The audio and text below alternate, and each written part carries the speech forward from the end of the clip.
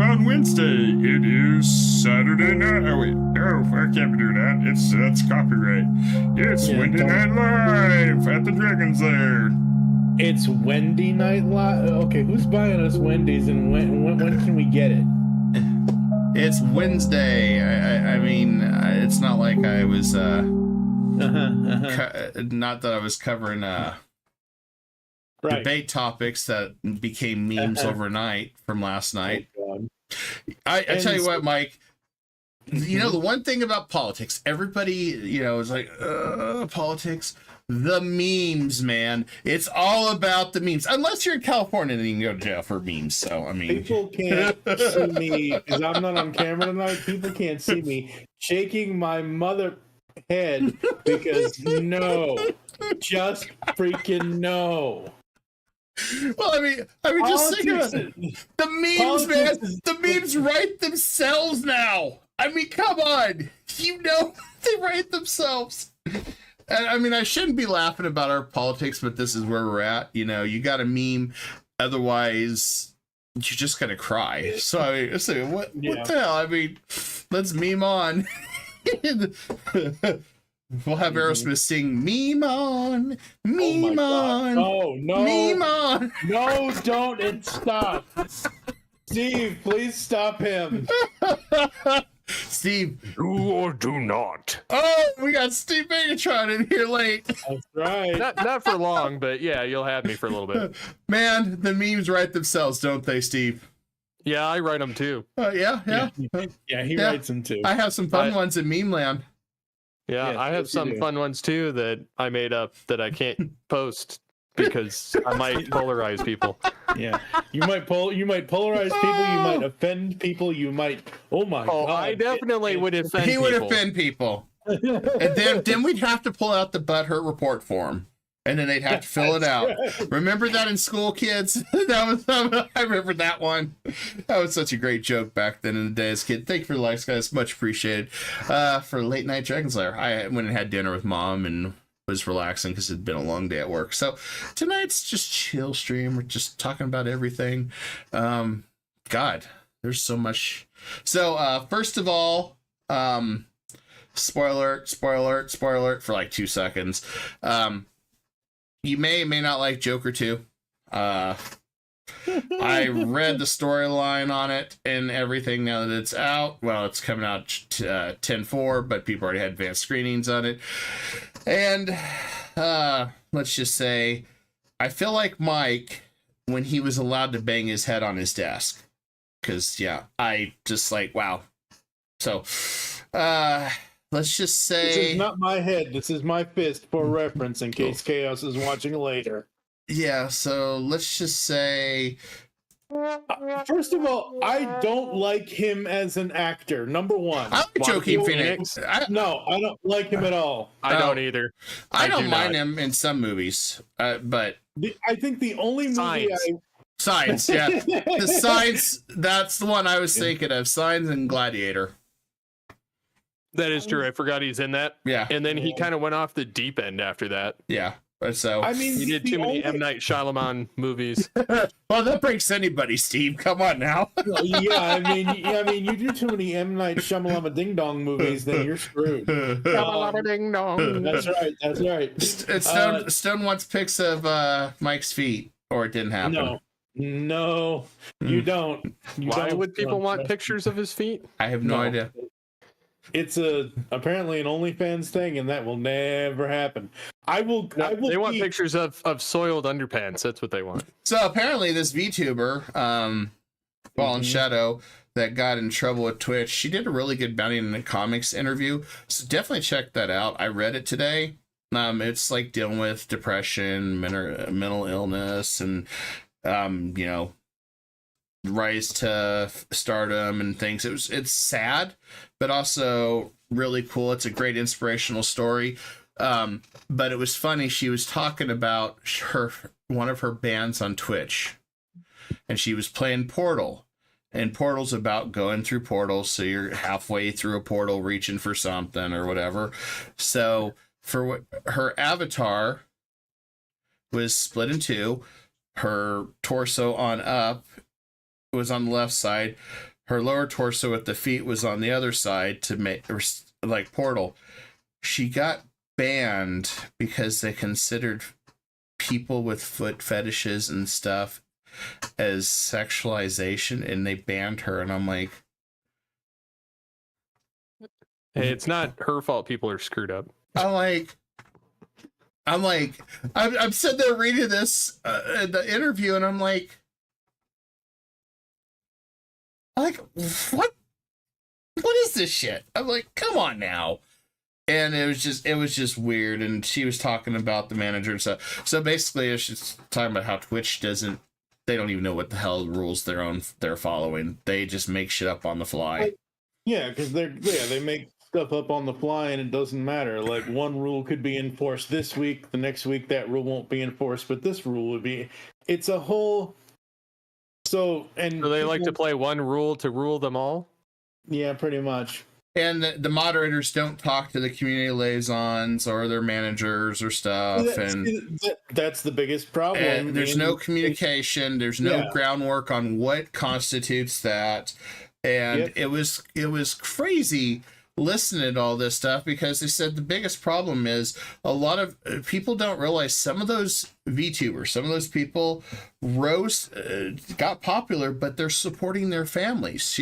Her tale was crazy. I mean, as far as what she's doing, she's supporting like 3 of her helping with her mom's kids because inflation. Her mom works, and so she's helping be the breadwinner. So when Twitch decided they were gonna shut her channel down for something absolutely stupid, and there's no rules, no nothing, it was a mess. And she was talking about how that really impacted her health and stuff. And it's like, they don't understand. And I think that's also the biggest, and even YouTube, even these corpos, they don't understand the health and stress they inflict on people, especially when they're monetized, or this is their bread and butter, that's what they rely on.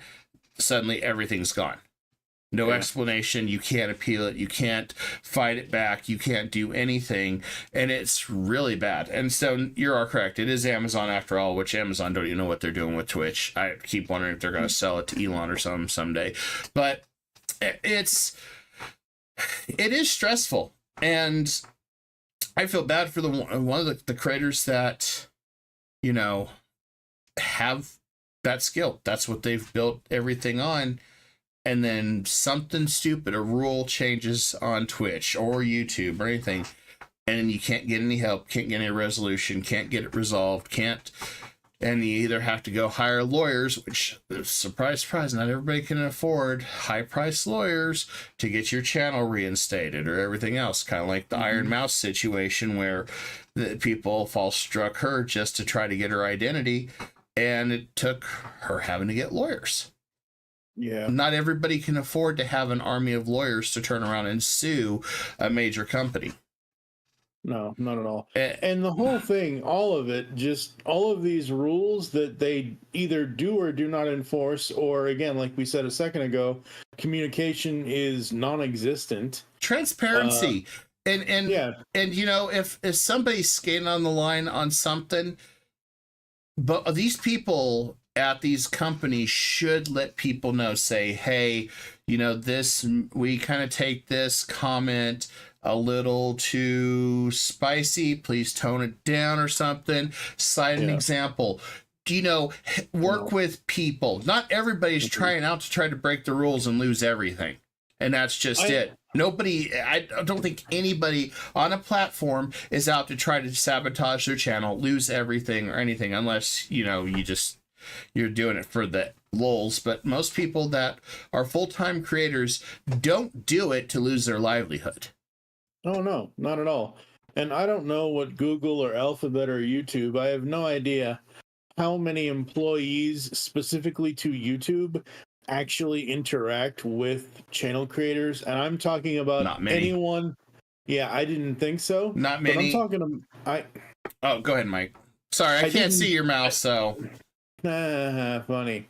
I didn't think that there was many that would do that, but you would think that for as big as Google is, that they would have like sections, like like a United States section or a Canadian section, some sort of sectional thing where you can report something or you can have someone to talk to if something happens. It's just all kinds of wacky crap on YouTube, and it's like, well, YouTube don't make any money.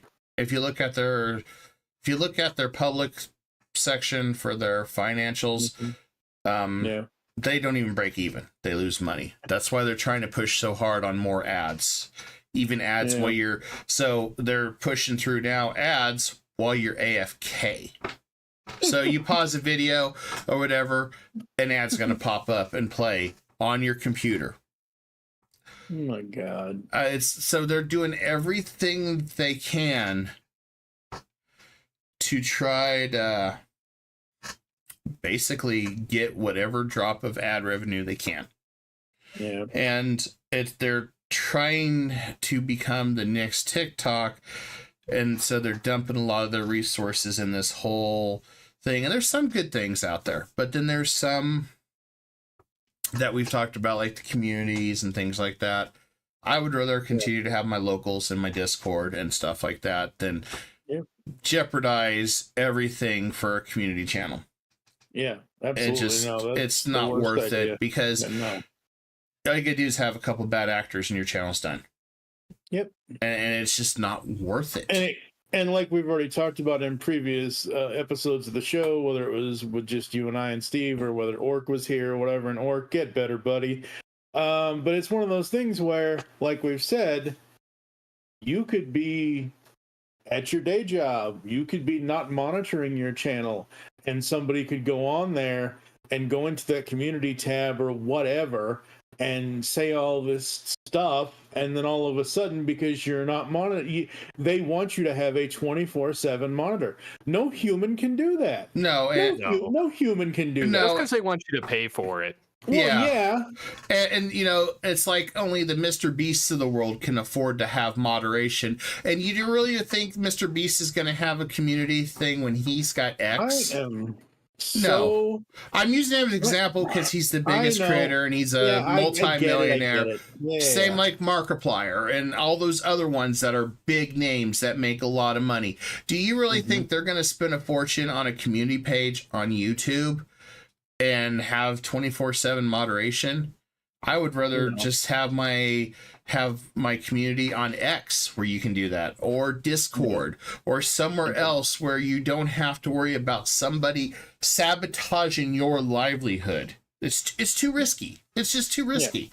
And there's no ramifications or recourse for you. It's your fault, your responsibility, and that's not worth it. Nope. And it's like, no. I mean, sometimes sometimes we get bad actors in chat. Rarely we do, but I've got some moderators that monitor that stuff. So, I mean, if I'm in the middle of stuff, but most time it's chill. But as you grow, you start dealing with detractors, you start dealing with A-loggers, you start dealing with all that. And that's going to become a thing. Yeah. I mean, which is funny because that kind of reminds me, what was that, a couple of nights ago or whatever, you had somebody in chat that was like, hey, blah, blah, blah, blah, blah, blah, blah. And you were like, whoa, okay. I forget who that was. There was somebody new that showed up.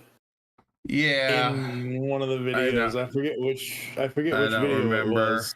And I had some guy in the shorts chat just talking about bread and being just being a weirdo, and I'm like, whatever. But the thing is, I interact with people too. I interact with my chat, but there's sometimes I'm trying to get to a certain point in a show or somewhere, like when we talk about segments and stuff, which I'm trying to start partitioning the show into segments down the road.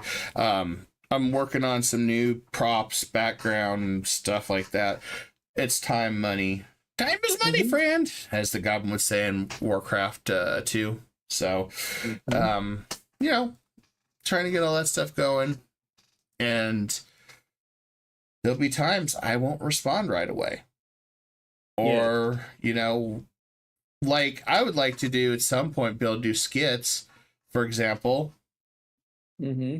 The union boss. That's all over X and Fox and all that because of the port. I'd like to go put my suit on, have a segment, put a suit on, play the clip, and be like, I'm the union boss, and you're gonna do what I say because I control everything. And maybe have some AI simulated Godfather music in the background. Oh my god! And just make fun and just parody it and do funny things like that. And I'd like to do stuff like that. And there may be segments where at that point, I'm not really interacting yet, or it's pre-recorded something. I'd like to do some entertaining stuff like that down the road. Yeah. Down the road. There's a lot of things I'd like to do with the talk show and stuff like that, just for fun things, and want to build that up because humor and comedy is a good thing. I mean, and that's what goes back to the memes thing. Mom asked me, why would people meme so much today? Because I was showing her all the memes from last night's debate, just things that just the memes write themselves. Yeah. And she's just like, keep in mind my mom's 67. She goes, why is everybody memeing everything like this, or making fun of this poor guy because he slipped up and said who his friends are, which I'm not gonna say on YouTube, but and I said, it's a gaffe. He slipped up, but yes, he's gonna get memed on. And I said, the reason why people do memes in comedy like that, which is kind of a lost art sometimes, is because the world is so chaotic, so stressful, and people are depressed with how things are in the world and things, or they feel in a sense of dread, so they beam. They make fun of stuff. They make lighthearted jokes about it, or they go in hard on it, the jokes, because that's a coping mechanism. That's all it is. I mean, most people I know, for example, this year, I just want 2024 to be done, kind of, but at the same time, I don't want to get older, but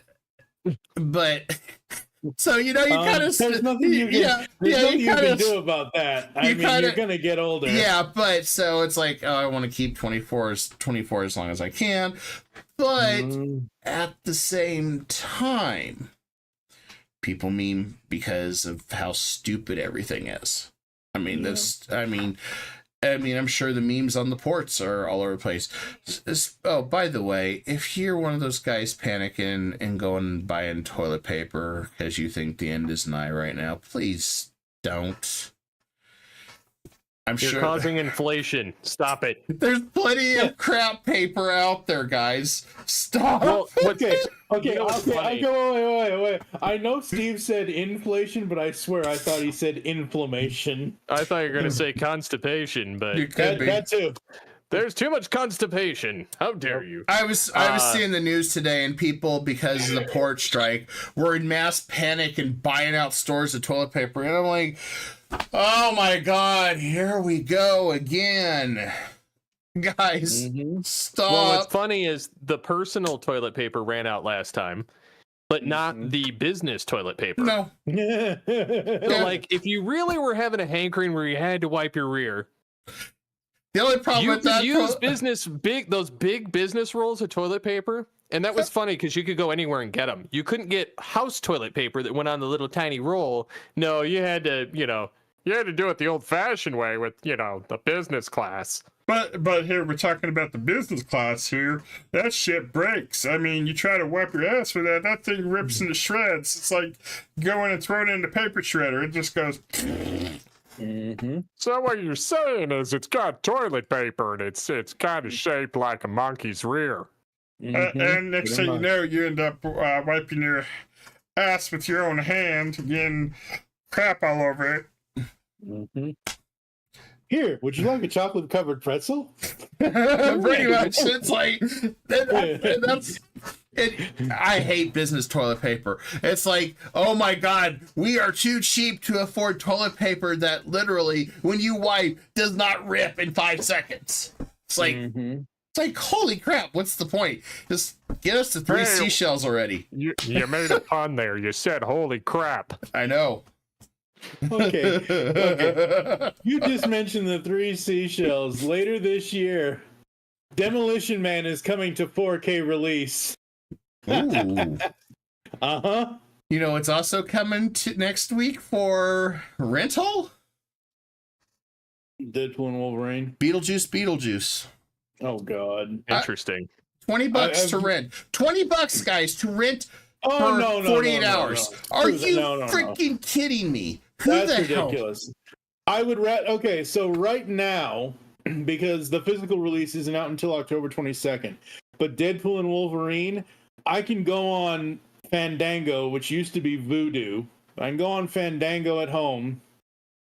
I can purchase the movie in 4K for $30, or I can rent it for $24.99. What do you think I'm gonna do? I'm going to purchase the damn thing. Because, hello? I want physical media, so I'm waiting for Beetlejuice to come to physical media. I'm waiting for it. In fact, Teenage Mutant Ninja Turtles is coming back out, the whole box set. Yep.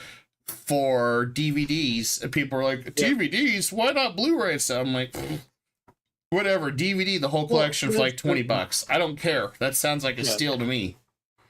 Well, and I've seen a lot of the old TV shows, oddly enough, at like Walmart. Mm-hmm. And like, I just wrote an article about this, like, I think yesterday. Yes, you did. And I'm going to talk to you about one of your other articles in a little while. But yeah, I mean, I wrote about it because I was going through there and I'm looking for like Dragon Ball Super figures and I was like, you know, it's great because I can see the toys, or not the toys, but the comics and the toys and the TV shows, you know, the box sets. Like I was like, oh, I could get this relatively cheap. Do I want to pay for it? If I had the extra income, I for sure would. Who has the extra income anymore? I mean, that's true. I mean, the one thing I've said, and the one thing I will continue to say, I think I've said this since last year. Physical media matters. When the internet dies and we no longer have it, but we still have electricity, you can put a disc into your DVD, Blu-ray, 4K, whatever, and you can still watch this. But you better have a generator, Mike. You gotta have generators. But, and you need gas probably for your generator. So they took that too. Well, I mean, we'll still have the electricity. Just because the internet dies doesn't mean the electricity is going to die. But there's electricity that you know of. Yeah, that we know of. I mean, come on now. If internet goes out, that means power's probably going out too. I'm just saying. I'm just saying. How many years? Okay, you subtract 1995 minus 100 years. We had power long before the internet. We'll have power long after the internet unless somebody screws it up. What controls the grid? Flynn, computers. That's technically true. Shit, we're screwed. I'm just saying, Mike. I'm just saying. Yeah. That's because we all trusted them 30 years ago, and then we just got lazy. Hey, automation's coming. You gotta accept it. Oh, look, we're already in WALL-E. We don't need the planet to be destroyed. We're already in WALL-E. Well, oh, Lord. You know, look at the bright side. You could always get a 77% pay increase. No, let's move on. So, Steve, this article you wrote about video podcasting and you goddamn right I did. So Steve wrote this article about podcasting and video podcasting and the difference and the this and the that and the whatever. And for anyone that doesn't know, podcasting is the combination of the term iPod and broadcasting. Steve Jobs coined it in 2005, 2007, whenever it was, with the iPod. and or it might have been 2001, I forget off the top of my head. And the way I've always seen podcasts, and I'll let Steve summarize or talk about what he wrote about in a minute, is that they are audio only. They are something you can hear, something you can listen to, whether it's sitting here at your computer, whether it's you're on the go in the car, or just walking with headphones, whatever, it doesn't matter. It's a listening format. I want to say maybe 10 and a half, maybe longer years ago, video podcasts started to become a thing. And I have always separated audio podcasts from videos in general. Like, I watch a video on YouTube. I don't care what kind of video it is. I don't care if it's a live stream. I don't care if it's a premiere. I don't care if it's a whatever. If it's on YouTube, it's a video. It's not a podcast, in my personal opinion. Steve, take it away with your article summary, if you can just summarize what you wrote.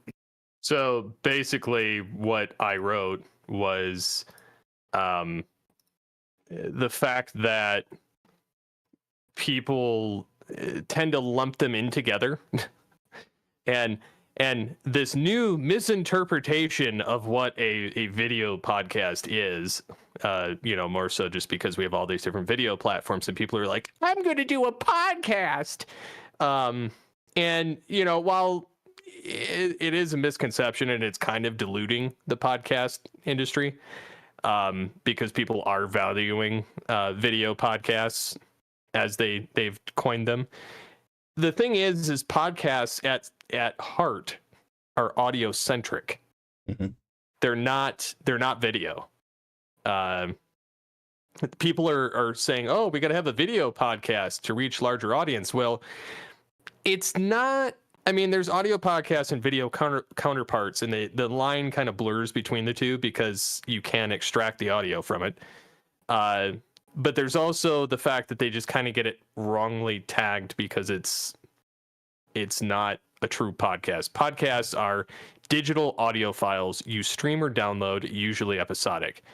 They thrive on audio, letting listeners multitask while soaking up content. On the flip side, broadcasts mean live or recorded shows beamed through TV or radio, focusing on real-time engagement and visuals. Podcasts traditionally are about conversations, interviews, or discussions driven by audio storytelling. And it's more of like a deeper bond with the host and the audience. Video podcasts, however, resemble talk shows filled with visuals, guest spots, and scripted segments, leaning more toward entertainment than total deep dives.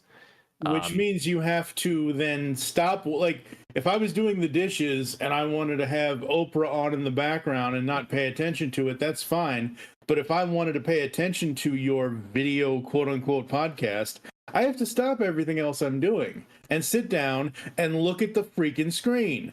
I don't want to. I want to listen to stuff. I want to be able to listen to stuff on the go if I'm going places and not have to worry about just stopping everything else I'm doing to watch people. Like, this is a video show. We have never, ever, and we will never, ever say that The Dragon's Lair is a video podcast. This is a live YouTube show every Wednesday, every Saturday with DGen and Greenstream. They're live YouTube videos. They're not podcasts.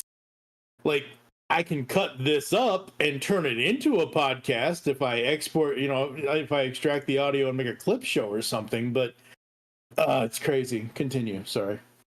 But yeah, I mean, it's like these recognizing these differences and understanding the differences and the unique roles that each play. And it's basically, you're dealing with audio or video.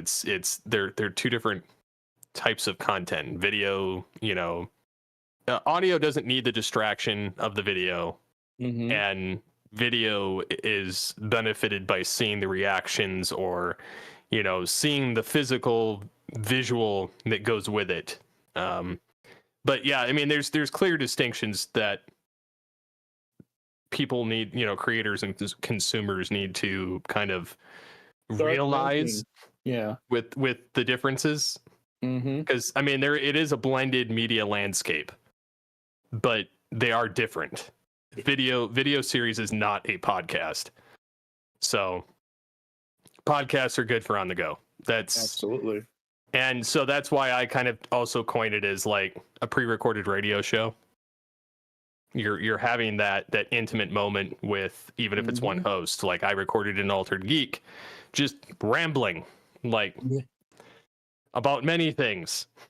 It's probably the best rambling. It's probably the best rambling you've done in 17 and a half years. Well, and it's just, you know, and then I'm like, you know, I'm hitting this point where I'm running out of content. I'm going to sign off. You know, it's like, and I'll just voice it. I don't care. Like it's, it, you know, we have kind of hit this point now where I'm like, it is what it is. You know, it's like, I'm Chevy Chase and you are not. Yep. So Holy yeah, I mean, shit, where's the Tylenol? Yeah, so I mean, I've done this article. I also wrote one about social media and dumping toxicity from it. Yep.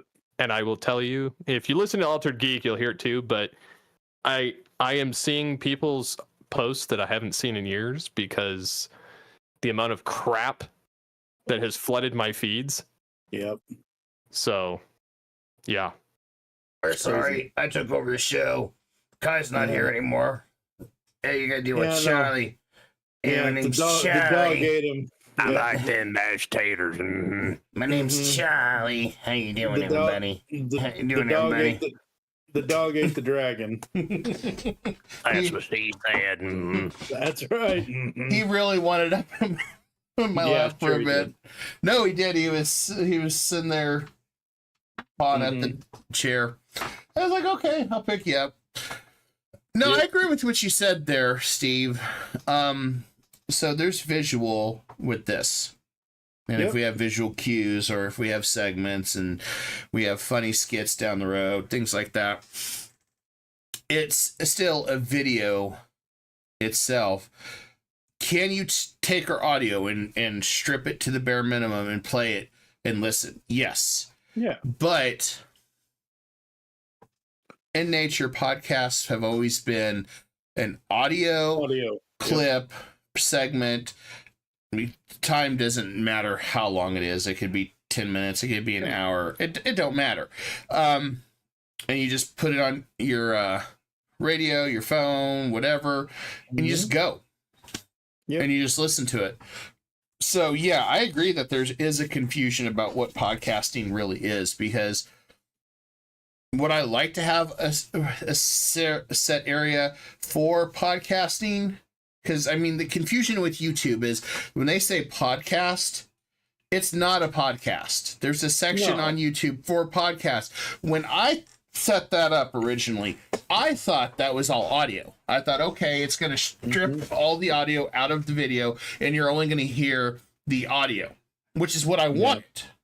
Yeah. But that was not the case. Yeah, no, unfortunately not. And it's all still video. Yeah, because YouTube is a video platform. They won't ever do anything with so just there was audio. a misconception by YouTube that it was a podcast when it was not. If we took the audio format of this right now, how it is, this could be a podcast too. But you'd have to host it somewhere else, because the moment you have visual cues, it's over. Yep. And that's why we always say, and that's why I'm kind of, besides the fact that I didn't feel like being on camera tonight, that's why I'll say, like earlier in the show, when we started the show, I'm like, you can't see me, but I'm shaking my head at no to any of this political bullshit. Yeah. Just no. But yes, if I was on camera, that would be a visual cue for people to look, but because the fact that I'm audio only tonight, you guys can't see what I'm doing. So you're like John Cena. That's right. You can't see me. That's right. Dun, dun, dun, dun. And if he follows you on X, that's an honor, apparently. John Cena's following you. He still can't see me. Still can't see him, but he did. He actually did follow me on X a couple of years ago.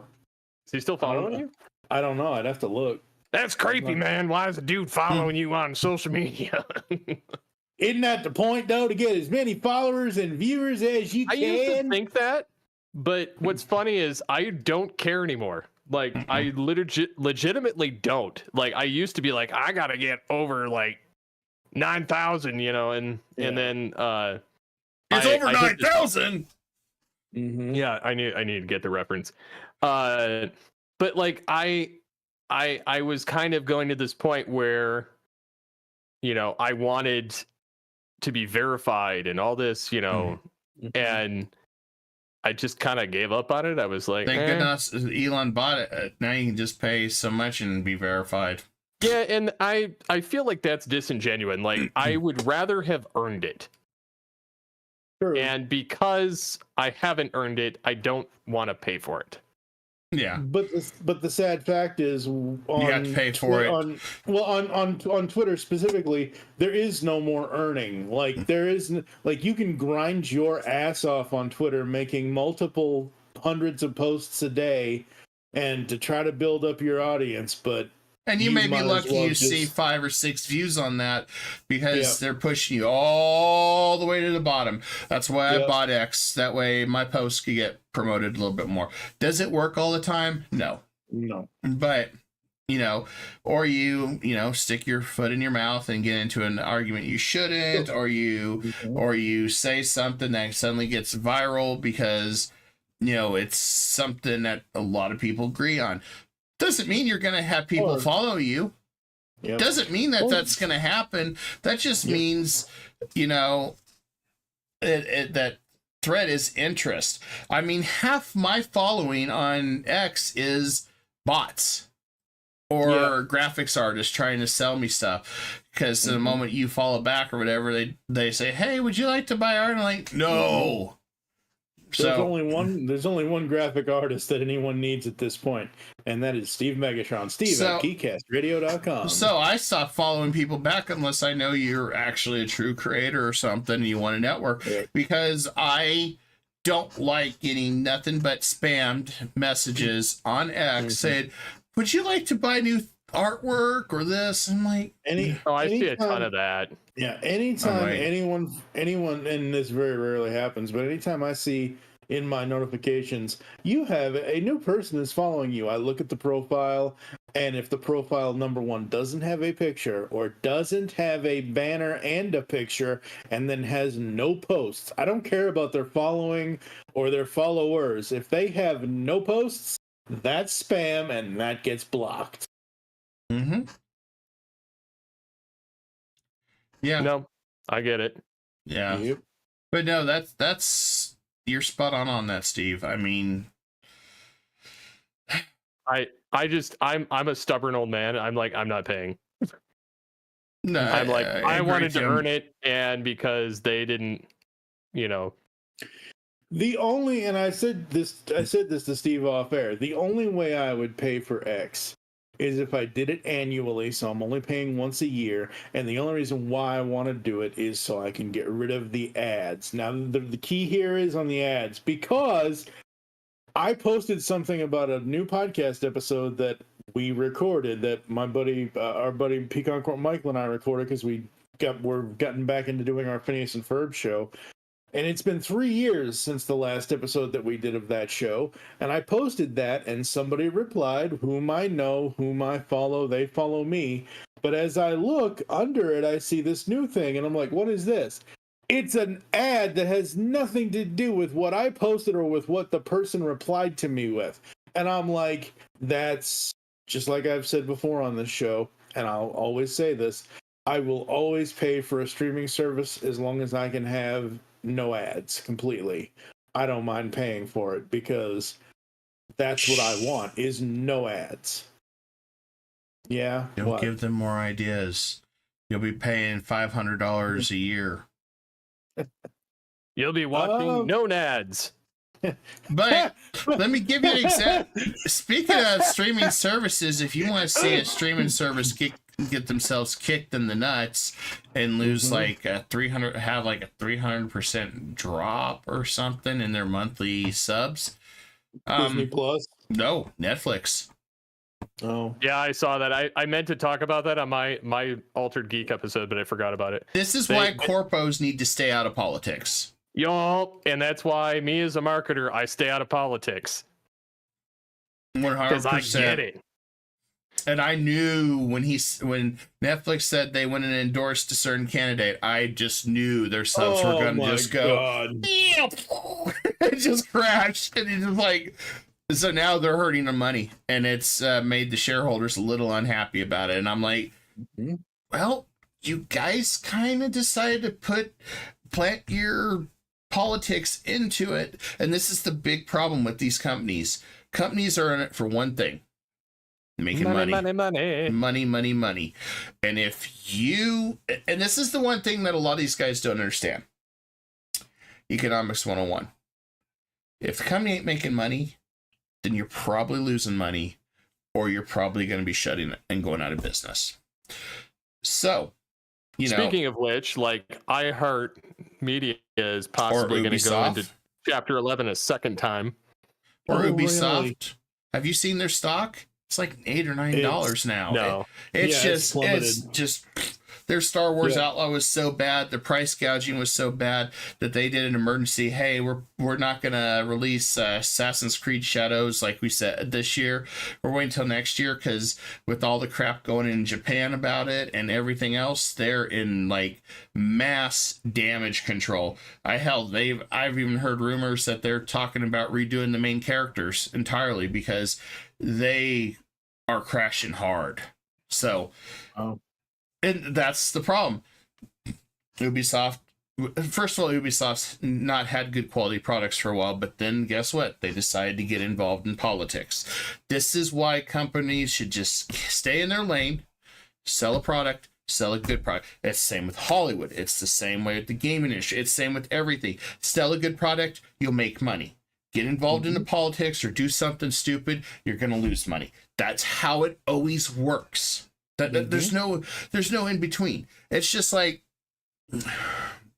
when you hear people say, well, this company made, let's say 100 million, and well, why aren't they giving that money back? Coming from an accounting, you got shareholders, you got dividends, you got, of course, you're going to pay your executives a handsome sum, which sometimes I think it's a little too much, but you're also reinvesting that money into new capital for buildings, for resources, automation, what have you. And this is the thing that a lot of these places understand, and I'm not on the side of corpos, but as an accountant and talking about this, yes, Mike, we're going to talk about this part. If they get a 77% increase over 5 years for the ports, where do you think that money is going to hit? Me, you, every other company, because those ports, those places, or those companies have a set profit margin. And if they're a publicly traded company, those shareholders aren't going to want to see less profit. They're not going to want to see less growth. They're going to want to see the same, if not better. So what's going to happen is they're going to raise the cost to everybody else. That is business 101. You can be mad at the companies for doing that, but since we have a lot of companies tied with publicly traded shareholders, all that, you are going to want to perform better. You may have investors that look at the company and say, hey, this is the growth. This is where we need to be. You have to do what's in interest of the company. Now, when they go outside of the company and they look at the politics and they get involved in politics, then that company more likely will crash and burn, and shareholders will either be yay, which I don't know why anybody would do that, but there's some people that I guess just want to throw money in the air, and there's going to be people that are trying to work on their retirement or their capital, and they're going to be like, what are you doing? And point in case, Disney. Look at how they had attempted of a takeover at Disney. Disney's, not making good money. Ubisoft's not making good money. A lot of these businesses have decided to get in some lane, and they have, destroyed themselves, destroyed their trust, but it's all tied together. That's why I was bringing up the ports. Yeah, No, everybody is going to pay. Remember when they said in digital, all our prices of our goods is going to go down? Has any of you seen DVD or the just the movie itself or games go down in price since we've been digitalized? No. No, they've gone up. Yes. It's gone up. Yeah. And they So give here's- us less for it. It's like Yep. when they signed us up for, digital healthcare. You'll buy it and you'll like it. Yep. And the funny thing is about the video that you're talking about the guy with the doc guy. Like, the one thing I took out of that video is what he said about how construction workers, how are people going to do their construction? How are construction workers going to do their jobs? Because, all of the supplies are from overseas. And my first thought was, yeah, unfortunately, all the supplies are overseas now. I wish stuff was still built here in America, but it isn't, unfortunately. Because it's cheaper to go overseas and build now. That's the thing. That's why everything has, they find it cheaper. They come back here and sell it for more price and they make more money on it. And that's how it works. I mean, think about this. We're talking even auto industry with inflation and everything going up. How many times we've seen the auto union go on strike for more money? And I don't get me wrong, I don't fault them for wanting more money. I don't fault anybody for wanting more money. But where do they go? Overseas, south of the border. They go somewhere cheaper, and people get laid off. And a lot of states is a right to work state. So they can term at will. It does not matter.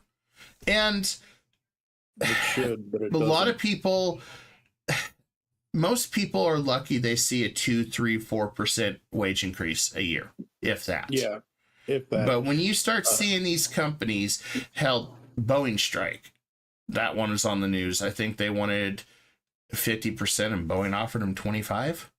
And they said no. I think that's what it was, because it's been all over the news. And I'm like, it's like, I'm waiting for the auto union to go back on strike again. But the thing, that's just the thing. They're wanting a large increase over a set amount of time. And every year, if they get that, your goods are going to be inflated. Yeah. Absolutely. I mean, it's just like, okay, the cost to build a plane, you still got travel. So the airlines are going to charge more because they have to buy planes. It's all part of the system.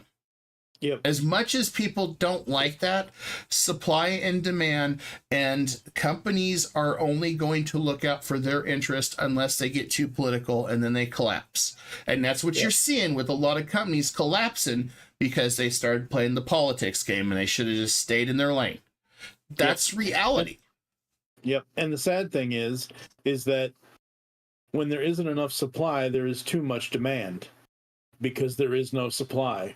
And for those who are watching with us now, thank you for all the likes and everything else. Unfortunately, Steve Megatron had to go for the evening. He will be back at some point or another next week or whenever, but he had to run off. The family got home, so Steve will be back. But I'm glad we were able to get him in on the podcast video thing, because when he wrote that and published it and I read it, and I'm like, he is so right. And Stone, Stone had a good point. Look at the truck market now. How hard is crashing because of union wage hikes? I looked at trucks the last several years, 60, 70,000. Yeah. And used is still way up there, and I'd rather have new, because then at least I have a guaranteed 10 years warranty that if stuff goes wrong, most of the time they cover 90% of the stuff. But you're paying just as much as it used to be for a house 10 years ago.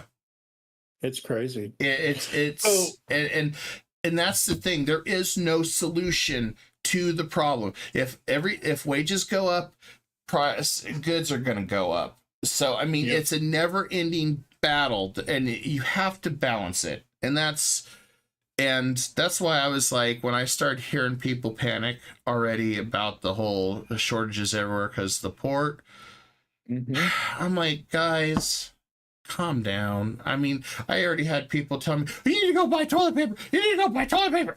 I'm like, I just bought a case last week. Why? Yeah, exactly. Why do I need to go buy 2 or 3 more cases?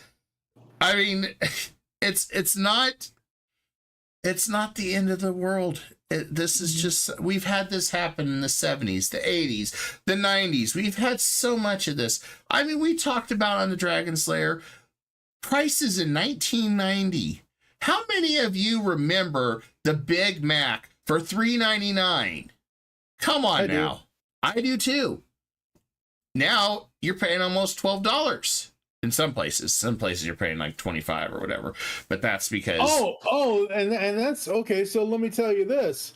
Yeah, you might be paying whatever you're paying, but like there's also the restaurant price of the Big Mac when you actually go to McDonald's and get one. Yeah. And then there's the delivery app price of a Big Mac when you go to have one delivered to you. Now, I'm not talking about the delivery charge right. or the driver tip. I'm specifically talking about. So there's a separate menu now. Right. Well, and that's the thing. And DoorDash has said since the beginning, ever since I've been using DoorDash, they said we don't set the prices. The restaurant sets the prices. So the fact that McDonald's is setting a Big Mac, I think I don't know what it is. Let's just go with the $3.99. Let's say in the restaurant it's $3.99 to get one. On the app it's like $6.99 to get one.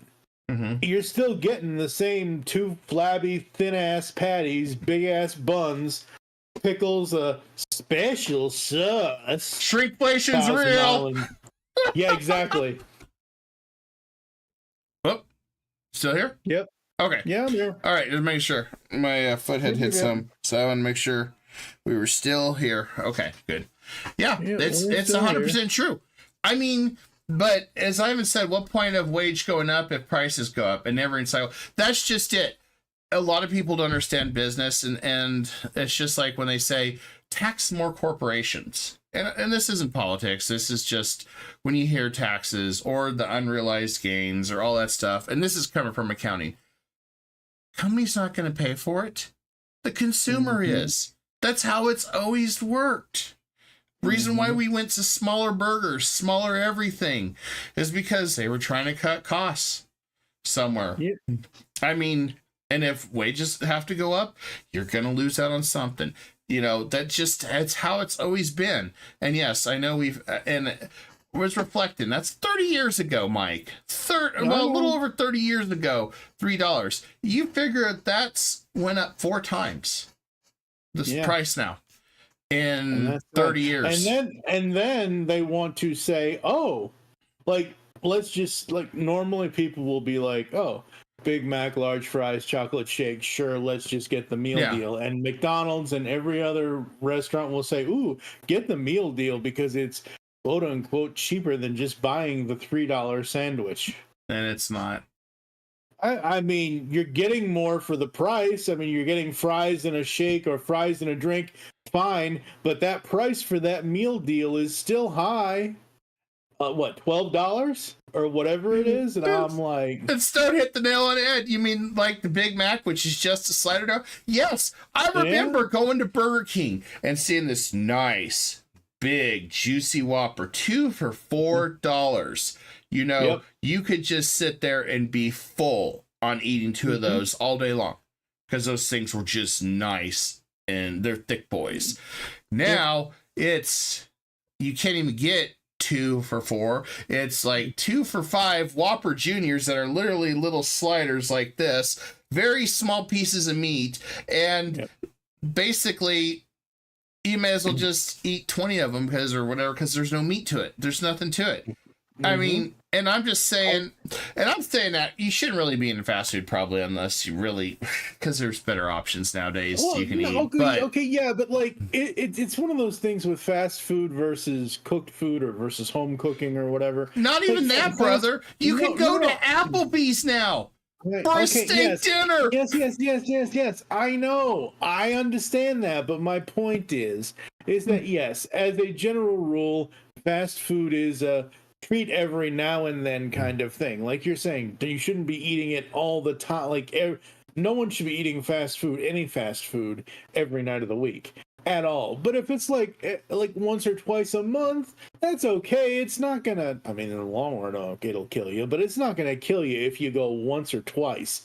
I would every rather couple of I would months. rather go to Applebee's for their No, I steak, understand. steak, shrimp, and Parmesan for $13.99 instead of paying for a slider at McDonald's and a fries and a drink when I can get a nice meal with a healthy side. By the way, you can get steamed broccoli if you want for that price, and it's like, I mean. And Ivan says, when the burger meat is thinner than a sour cucumber. Yeah, it's very true. It's very true. I mean, when we look at how much inflation has changed everything, even since the era of COVID, and now everybody wanting wage increases because everything spiked up, it's a never-ending cycle. And the bad thing is with, the support thing now, everybody's going to be trying to superinflate everything.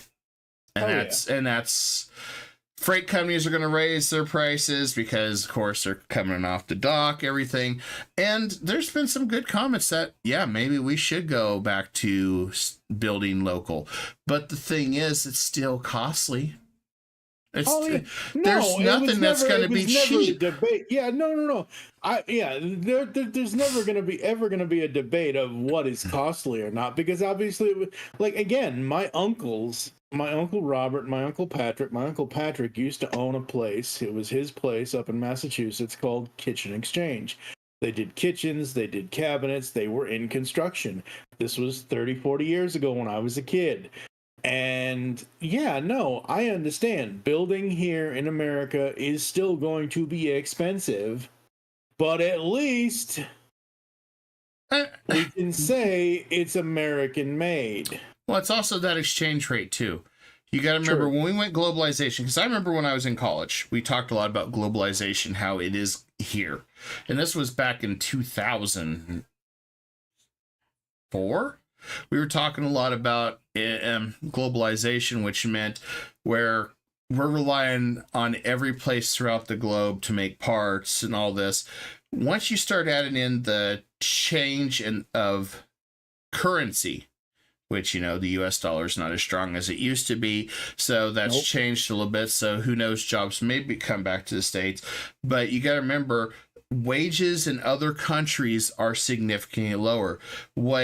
If I used to go, for example, I could go with a $100 bill and go, south to Mexico, and that $100 is like $1,000. Used to be.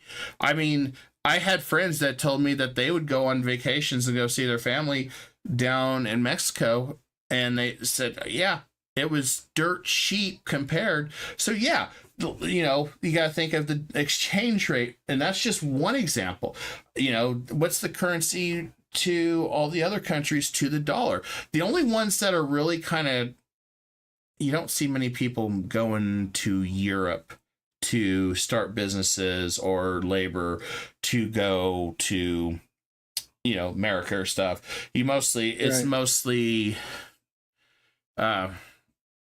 China. I think India is catching up on our currency. I know Mexico used to be, so much has changed since COVID, but it used to be that for a business perspective, it was cheaper and more profitable for companies. But with the exchange rates, all over the place now, it's not as much as it used to be. Yeah, is it still cheaper right now? Sure. But with the way inflation's going, it's hard to say. That's why a lot of companies are going to AI and automation, which I hate to say it, automation is here to stay. Automation's been here for a while. I mean, we were talking about this a little bit. Europe, for example, has a lot of automation now with their ports and stuff. So a lot of the stuff I've heard here, they don't want automation on the ports, which slows everything down, slows efficiency down. Doesn't mean people are necessarily going to lose their jobs. Just means there's going to be new jobs. But we're trying to and we are creatures of habit. We like to stick to what we know. I know there was talks. I saw it on X that, like in China, it's almost fully automated. People work from computers just to make sure everything flows, and it's super efficient. So that's the thing. Automation is always going to be here to stay. AI is here. But the thing is, you know, you have to embrace it. You have to understand. I saw somebody say that a lot of people don't want to have computer jobs or mechanical jobs, but it's like, but that's just it. As we get more efficient and we can get the costs down and we can get all this other stuff down, there may be fewer categorized jobs. Hell, even as an accountant, my job could be in danger in 10 years. Now, you may have somebody that's interpreting law for every country, but even then, you may not need accountants anymore. Right now, AI is garbage when it comes to doing accounting, but you know, that's why you're always going to have still somebody doing the fact checking on the AI. So you're always going to have an accountant behind the scenes making sure the AI is doing everything right. Oh, but yeah, my role could change in 10 years. Granted, I'm hoping I'm a full-time content creator, but even in content creation, they're trying to push more AI. They're trying to push a lot more things. So that is subject to change. So what content creation is today may not be in 5 years. Everything's changing. You have to adapt. That's the key. Yep, absolutely. And you know, we used to talk about being the masters of innovation. We've kind of fallen on that because we don't innovate as much as we used to. Oh no, it's not about innovation anymore. It's about getting something to start out and then streamlining that over time and settling into a design language or whatever. Again, a perfect example is Google Pixel. The Google Pixel lineup. Like for the longest time, they had, through the Pixel 5, they had the same similar design.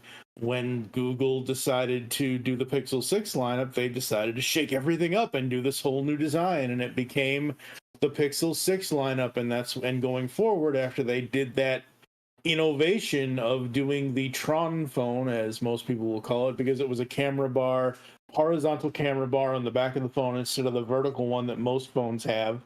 And what they've done between the Pixel 6 Pro, which is the one I have the 7 Pro now, but the Pixel 6 and 7 Pro, they basically just, instead of changing it up, they just streamline it and they add little things here and there. They've obviously done a big push towards AI in phones and tablets and everything else now. And I'm too old and stubborn to let AI do anything specifically for. If somebody else wants, like my buddy Jesse, who does another comic review, it's his podcast, I guest on it with him. We talk about Transformers, Void Rivals, G.I. Joe. We talk about the Skybound Entertainment comics under Image Comics. And he just sent me tonight a theme song, kind of like what you do with your theme song stuff. Yeah. And I was like, "Oh, that's really cool." And he had it done with AI. That's great. And Mike, I was just talking in chat too. My role's changing too. You know, in a year or two, I could be doing more programming, just in a computer science, because now I'm extrapolating data using command queries and stuff like the old DOS, and you putting JavaScript together, because that's how it adapts. That's how things change. Nothing, you know, AI could be to the point that it's processing everything automatically. And then I extrapolate the data, interpret the data, tell the data, so they're still programming what I want. My role would change. It would be from inputting and researching it to now extrapolating, telling the story what this is, and then send parameters or say, okay, I don't like this. You need to move this here and here. Exactly. It's changing, and jobs evolve. Even plumbing, even electrician is going to evolve because you're going to have machines that make your life easier. You're going to have machines that help hoist pipe. You're going to have things that are going to make technology different. I mean, and that's not a bad thing, because have mad respect to all the mechanics and trade skill workers out there. Right. They tear their bodies up over the years. Oh yeah, no, absolutely. They tear their bodies up over the years, and we're at the point. Why do you think any one of those professions, like you said, mechanics, dock workers, construction workers, iron workers, all those people who are in those trades, because it's labor. They are laborers.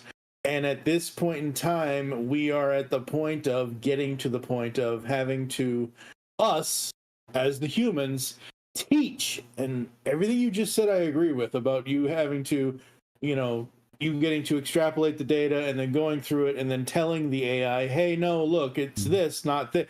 Again, we're all going to be turned into teachers, because we're going to have to teach the AI exactly what we want instead of letting it just run the shit. I mean, could you imagine telling a drill? So say you're going to run 4-inch PVC pipe for a sewer line, and you have to have a quarter grade going down, because sewer lines have to slope in the ground. Otherwise, that's how your poop and everything gets stuck one area, and then you got a mess. So, or that's how it creates a bow, and then all your stuff gets stuck here, and eventually it'll cause a backup to your house.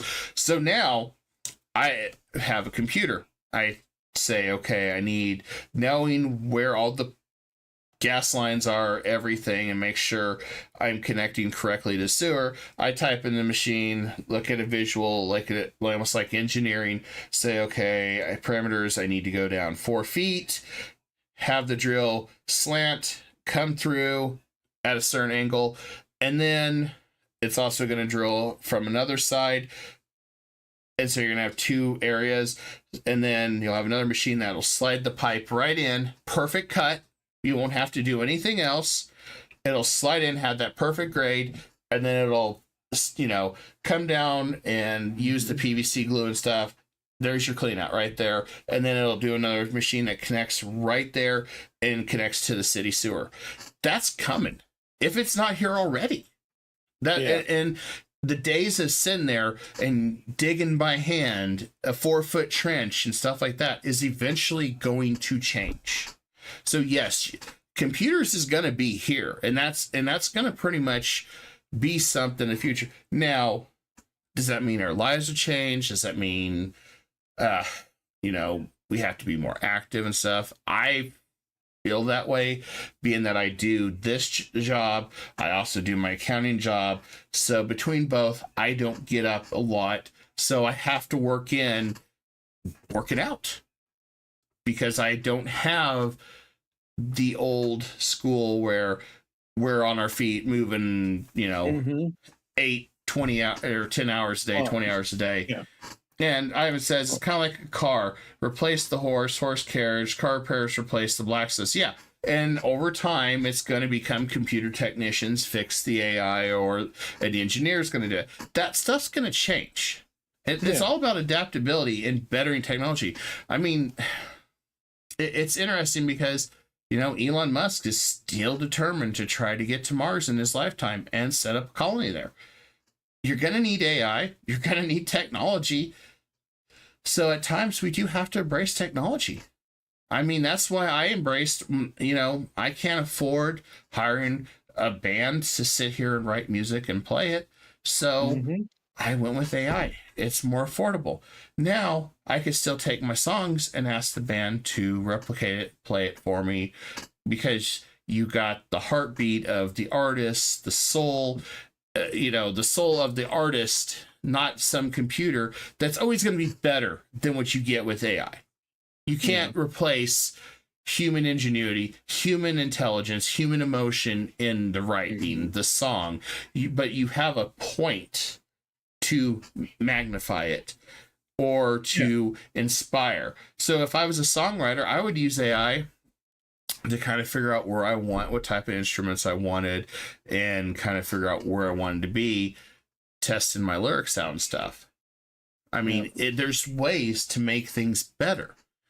And so that's when I saw that they didn't want automation, like on the ports and stuff, plus the raise. I'm like, but we need to be more efficient, because if we can drive down the costs of moving products, that may stop corporations from at least raising prices more, because then they can't justify it as much. Because if you see like someone making record-breaking profits, then the mask is off and you're going to be in trouble, kind of like the gas companies. But there's reasons why the gas companies make record profits too all the time. So I mean it's everything kind of flows, and that's why I was telling you, Mike, I said I avoid politics for the most part. And this isn't even politics, this is just business. This is just how economics flow. Yep. It don't matter, it's all about choices. It really is. And Ivan says AI generated song is insanely good in a way. Oh yeah, a lot of the guy. One of these days, I'm going to have a couple albums, I think, for you guys that's AI generated of some songs I'm doing for shows and stuff. I've been trying to get the right lyrics out for some of the songs because I want to make it good and flow the way I want it to.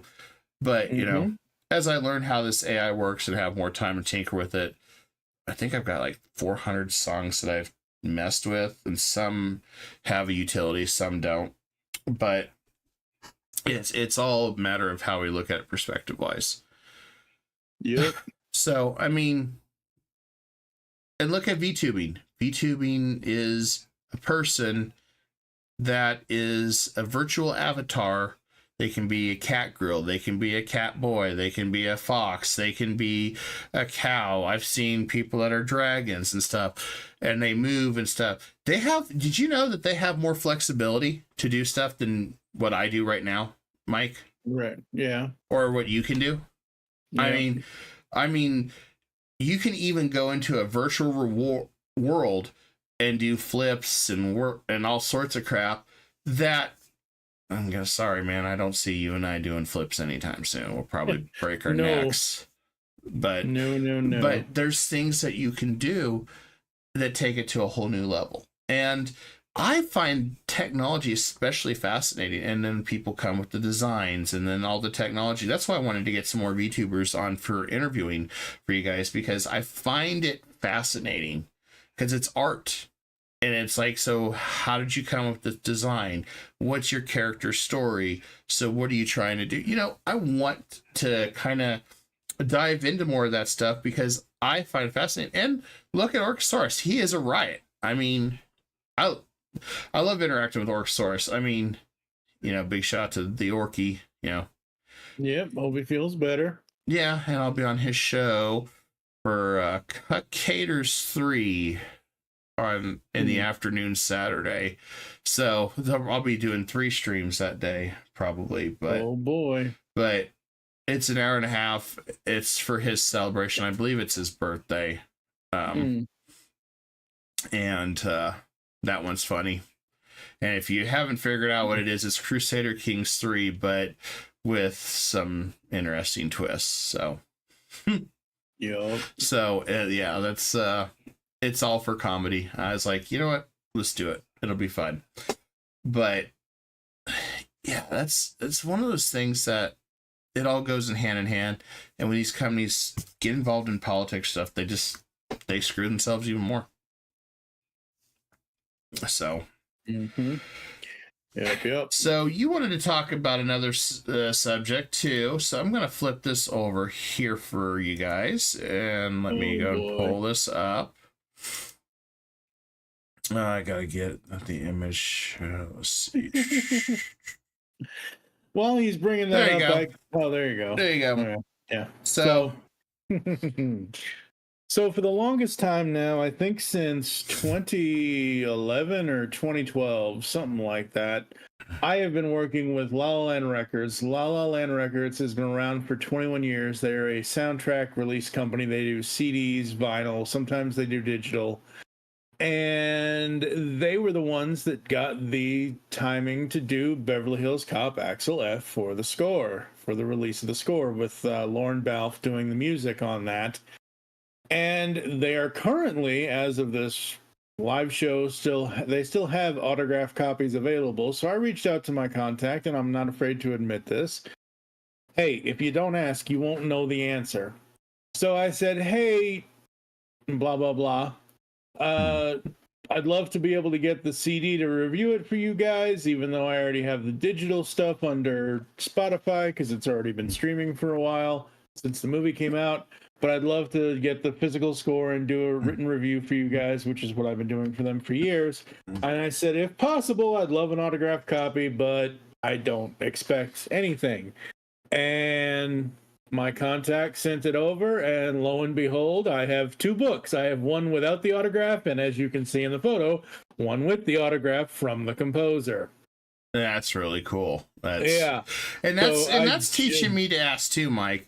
Since I was noticing a couple people that are really tiny channels, tiny creators, and they've been actually successful inviting bigger people or channels or interviewing VTubers that you think are way above you and having good interviews. And I remember seeing one person say, I'm surprised I've never been asked. I've never been on an interview before. And I'm thinking to myself, you know, maybe that's subject to change at some point, because maybe that's what you have to do. And this is a great example here. You reached out. You're what a good sized podcast. What do you, I mean, in the podcast world, I don't know. I don't know what we are. All as I know is we've been around for 15 and a half years. We have just under we have just under 4,000 published pieces of audio. Yeah. Now I did was this last year? I forget when this was. I'm actually trying to look it up now. Last year I decided to put a list together of appearances outside of the GCRN. Now they go back as early as 2014. I have been on including the first time I was on here with you before I was a regular.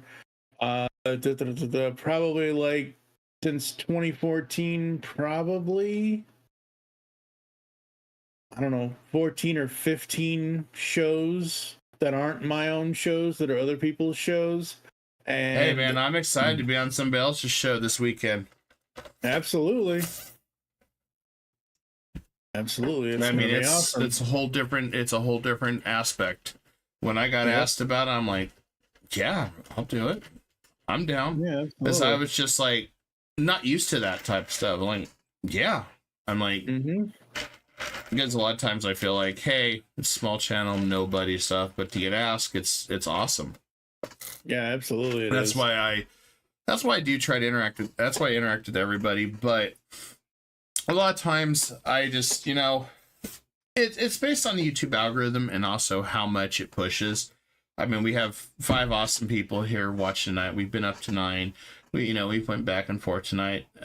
Sometimes YouTube does its things and doesn't show all the numbers correctly, but it's been awesome to have you guys here tonight. But, absolutely. The thing that I always worry about is if I were to interview somebody with 30,000 subscribers and they get 200, usually 400 on a stream, are they going to waste their time with coming on here to a nobody that doesn't interview? And that's that mentality in your head. Well, yes, but the thing of that is that, yeah, I understand that mentality. But the thing of that is that they may be a bigger channel than you are, but they are going to say, hey, this creator who is an awesome creator wants to discuss with me and find out how I've made the growth that I've made. Again, it's all about the story. It's all about the person's journey. It's like I've been doing these GCR and Origins things with comics and cartoons and toy collecting. I've been doing this since 2013. And for me, it's like 30 questions, 40 questions, whatever it is, about the person's life and how they started doing stuff. You were on the Gamer Origin, Steve was on it, other people have been on it, and whatever else. And that's the thing. I don't care how big or small somebody is. It doesn't matter to me. All I got to do is ask the question, and as long as I get an answer, that's what I want to do too, Mike. That's what on this show is interview people because they have a story to tell, a fun story, and storytelling is so cool. So the numbers should not matter overall, because the thing of it is even though you only have just over 1,000 subscribers, they, with their larger audience, are going to say to their audience, hey, this smaller creator wants to get my story, wants to talk to me and have a lot of fun. That person is going to advertise to their audience. That person is then going to hopefully bring people here to your audience.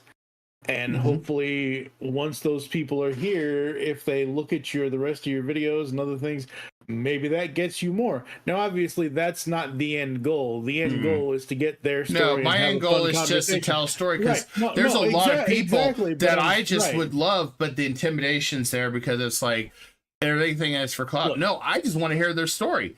I did not care how big they are. Oh no. But I'm saying But that's exactly the mentality. Is they're thinking, oh, the smaller critter's trying to leech off somebody a little bit bigger or whatever. And that's not the case. I just think, hey, I want to hear your story. I want to interview you and find out more about your life, why you chose this path, why do you do what you do. I think that's cool. And maybe nobody really asks that question of you. Maybe nobody really reaches out and says, hey, I want to know you as that individual that started this million gardening subscriber channel back in 10 years ago. How did you do it? What is your advice? What made you want to become a gardening channel and then have a gardening store? What made you choose gardening? What made you get into that? What is your joy with it? There's questions that need answered that give a story. Maybe it's the same story as, hey, I'm a 4th generation gardener. My mom was a gardener, my grandma was a gardener, and her mother was a gardener. So you've got 4 different generations. To me, I want to hear those stories. Oh, absolutely. Yeah, it is all about I was just saying as an example of the smaller creator going to the bigger creator and say, hey, I want your story. All as I was trying to say was the bigger creator is going to say to their audience, hey, I'm going to be on this channel at this night and time, and they're going to get my story. Yeah. Those people that are on that larger person's channel are going to then come to your channel. It's not you trying to, it's just a thing of natural of whatever and doing that. Look, in 15 and a half years, we have interviewed over 20 different people at the Geekcast Radio Network. And you've had some big names on here. Hold on. I don't normally self-promote here, folks, but I kind of have to with the examples that we're talking about, with what we're talking about smaller, like we were nobody. We just started. In 2009, we got David K, voice of Beast Wars and Megatron. We got Gary Chalk, voice of Optimus Primal and Beast Wars and other things. We got Larry Kenny, Lord Lionel from Thundercats in 2009-2010. We got Rob Paulson, Maurice LaMarche, and I will always tell this story every time I talk about that one. Mr. Freeze and then slip it up. No. Hold on. So the story goes, and again, it goes to the questions. Like you were saying, you have a certain amount of... Hold on. You got put on the old man voice and start the tale. No. So the thing of it is we have always had a set, for voice actors specifically, we have a set list of questions that we ask them. We start out with their beginning of how they grew up and did they always want to be a voice actor and this, that, and the other thing. One of the questions we ask every voice actor is, what kind of voice acting did you want to do when you got into it? Was it animation? Was it video games? Was it narration? Was it this? Was it that? Was it whatever? We asked that to Mr. Maurice LaMarche, the brain from Animaniacs and Pinky and the Brain, and he also did Inspector Gadget, and he's done... Everybody knows Maurice LaMarche. Everybody knows him. Mm-hmm. And we asked him that question, and he said, the funny thing about that, funny thing about video games is it's just you in a room, and literally we didn't prompt him, we didn't say what's the latest, blah, blah. All as he said was, I literally, right before we got on the call today, I literally just got out of a session where I was voicing Mr. Freeze in Arkham City.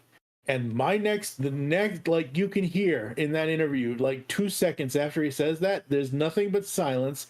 My very next question was, just because it was force of habit, can you give us a sample of the voice? And obviously he said no because of NDAs and everything else. But literally, we broke that story that Maurice LaMarche was the voice of was going to be the voice of Mr. Freeze in Batman Arkham City. Some unknown site picked it up first, didn't even know who the hell they were, and then IGN picked it up. Yeah, and IGN steals everything. So once IGN picks it up, and the whole time this is happening, my mom and I are out grocery shopping at the time. I didn't know it was happening. Steve is like blowing my phone up. He's like sending me this is back when Twitter, we actually used to use the DM feature on Twitter.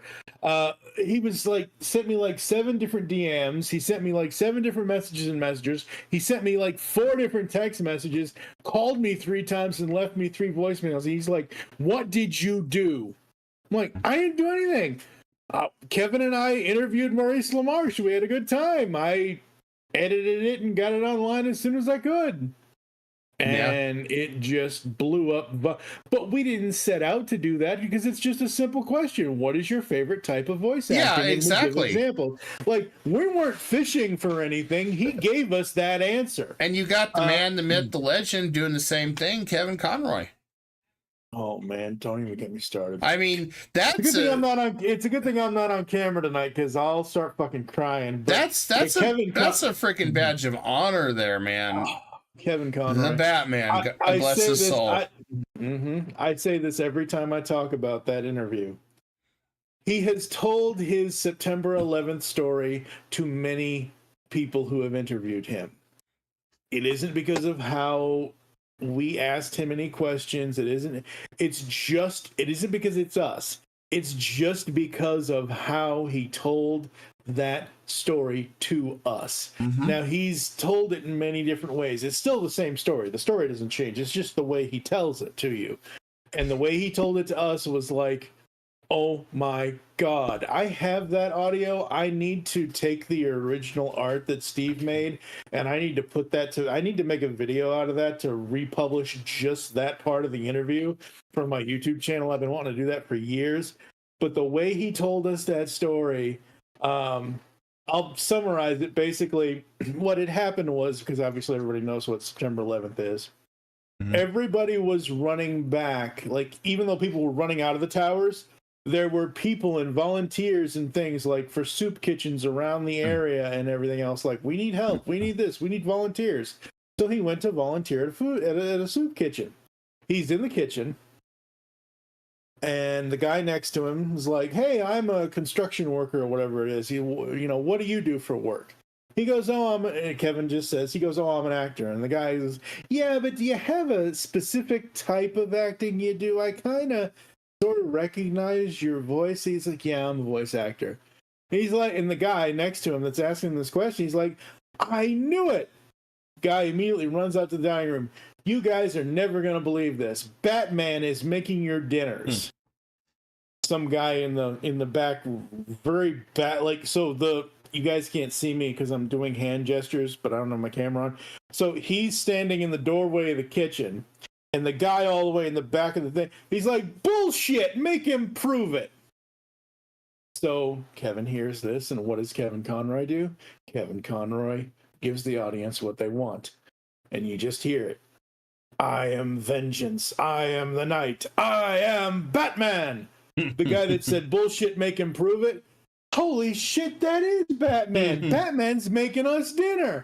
It was just a good freaking moment, and it was one of the best interviews we've ever done. Very It was the heartwarming. most fun. Yeah, I always wanted to get it, because the thing with us, and I say this all the time, on air, off air, whatever. I just finished. It isn't online yet, but I got to get it online tonight. Still, we just finished an interview with television producer, author, philanthropist, or not philanthropist, entrepreneur, Michael Hirsch. He wrote his book called Animation Nation, and we just finished the interview with him. And it was like, oh, you did this, you did that, you did whatever. But it's one of those things where whenever we do the first interview with anybody, that's their history. We get their history. And then a year down the line, 2 years down the line, I always say at the end of that first interview, if you ever have anything that you want us to promote in the future, if you want to come back and discuss your next new project or whatever, you're always more than welcome to do so. We told that to Kevin, and there were several points from 2012 to the point that he passed. There were several points where I tried contacting him and saying, hey, we'd love to have you back on. Oh, I forget which Comic-Con it was. I want to say it was 2017 or 2018. I forget which SDCC it was, but there was a Comic-Con that he and Lauren Lester, the voice of Robin, were going to be at together. And it was the 20th anniversary or 21st anniversary of Batman the Animated Series. So that was probably, well, whatever it was. And I emailed him, I emailed Lauren, I said, hey, I would love to have you both on, because once you have both Batman and Robin on your podcast, I mean, come on, you know. But I never ended up getting to do that, and he ended up, unfortunately, getting sick, and then obviously he passed, and but no, that interview is and will always be very, very 12-year-old me. The whole night that we were talking to him, oh my God. I mean, think about it this way. John Ashton just passed. Oh, don't even get me started. And it was cancer. He was still acting and doing stuff with cancer, because I mean, I don't know that for sure that he had cancer, but cancer doesn't normally take somebody that quick, or usually. I mean, my uncle had cancer, and pretty much we've had a lot of people in my family who had cancer. It's a slow burn. Yeah.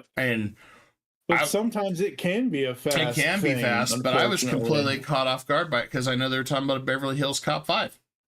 Yeah. And I'm like, holy crap. When I saw that. So, or John Amos. I remember John Amos in so many movies. I don't know if it was cancer, but he just passed away too. And I think somebody else just did too. Not too long ago. And I'm just like, holy crap. Legends are dropping on us. Yeah. John Amos passed. And the I don't want to say crazy. Oogie Boogie Ghost from Nightmare Before Christmas. Nightmare Before Christmas, yeah. So the interesting, I don't want to say funny because it's not funny. The interesting thing about John Amos is, yes, good times, obviously, but I forgot that he played the father alongside James Earl Jones playing the king in Coming to America. Yes. So we lost both James Earl Jones and John Amos. We lost both those fathers from that movie in the same We're going to have to year. watch Coming to America again, because they were hilarious together. Yeah. I've seen the scenes, because it's and that's the interesting thing with social media. He was the owner of McDonald's. I remember that. Yep. Well, that's the interesting thing with social media now, when celebrities pass away, is like whatever the best clip is that they were in, or whatever the whatever, it ends up being everywhere now. Yeah. But yeah, 2024, man, is just like literally when John Ashton passed, I was like, oh crap. And I had not finished writing my soundtrack review yet. And I had not planned up until the point of hearing John Ashton passing away. I wasn't actually going to watch Beverly Hills Cop in order, because the whole point of me doing the soundtrack reviews is I'm taking the music by itself outside of the movie, because I know the movie like the back of my hand. I shouldn't have to watch it to listen to the music. Right. Well, when the news popped out about him dying, I was like, oh, great. Now I have to watch the movie. And I watched the movie when I was like, I don't know, 3 paragraphs away from finishing the written review of the soundtrack. And goddamn, man, if I didn't tear up at that last shot of the 3 of them in the car, because that's the last time we're ever going to get that shot with him gone now. Yeah.